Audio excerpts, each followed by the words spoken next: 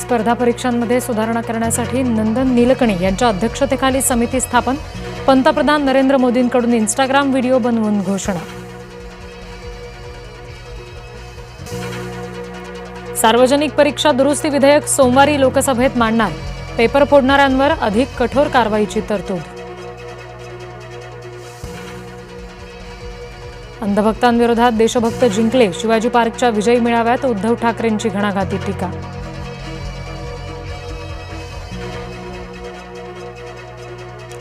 नितीन गडकरी देशातील सर्वाधिक लोकप्रिय नेते.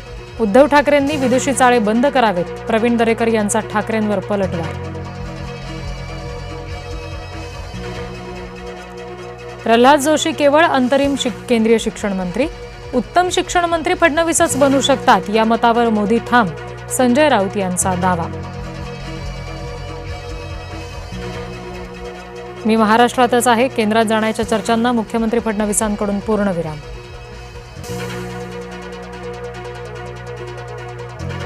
प्रल्हाद जोशींनी केंद्रीय शिक्षण मंत्रिपदाचा पदभार स्वीकारला. धर्मेंद्र प्रधान यांच्या राजीनाम्यानंतर जोशींवर मोठी जबाबदारी. अभिजित दिपके ज्येष्ठ कायदेतज्ञ कपिल सिब्बल यांच्या भेटीला. आंदोलनातील कायदेशीर बाबींवर दोघांमध्ये चर्चा.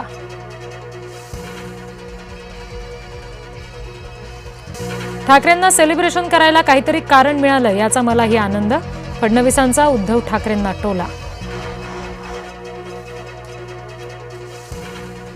दिल्लीतील आंदोलकांवर छर्रे मारण्याची परवानगी कुणी दिली? विरोधी पक्षनेते राहुल गांधी यांचा अमित शहांना सवाल.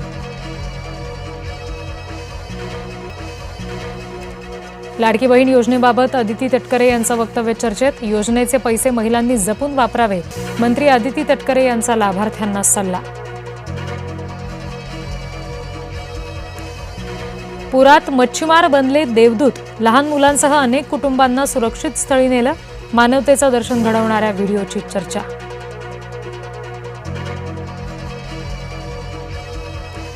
नाशिकच्या ओझर जानोरी मार्गावर बाणगंगा पुलावरून वाहतंय पाणी. काही गावांचा संपर्क तुटला.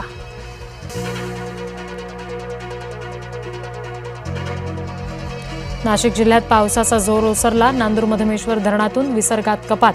निफाड सिन्नर महामार्गावरील पूल वाहतुकीसाठी खुला.